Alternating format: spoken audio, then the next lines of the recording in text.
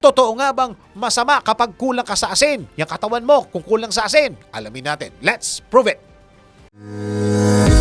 Bago maniwala sa mga claim-claim na yan, patunayan na yan sa Let's Prove It!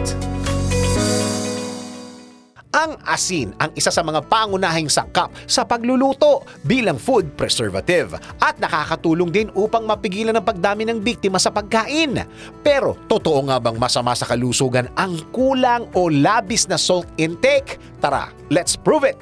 Ayon sa healthline.com na ang asin ay kilala bilang sodium chloride. Ito ang compound na gawa sa 40% sodium at 60% chloride. Ang sodium at chloride ay elements na tumutulong para i-maintain ang fluid levels na ikino-convert ang nutrients into energy levels. Sinusuportahan din ang heart rhythm, brain function at muscle control. Sa research naman ng health.clevelandclinic.org na ang sobrang sodium ay nagpapataas ng blood pressure o hypertension at nagpapataas din ng risk ng heart disease at stroke na pangunahing cause ng pagkamatay ng mga tao sa buong mundo. Habang ang kulang sa salt intake ay nagdudulot ng low blood pressure, dehydration at higher chance ng pagkakaroon ng bad cholesterol. Dahil dito, inirekomenda ng US Food and Drug Administration FDA na ang salt na kinakailangang konsumo sa isang araw ay nasa 2,300 milligrams o katumbas ng halos isang kutsarita ng table salt. Payo ng ilang doktor na iwasan ang masyadong processed food na pagkain at ugaliing kumain ng masustansyang pagkain gaya ng gulay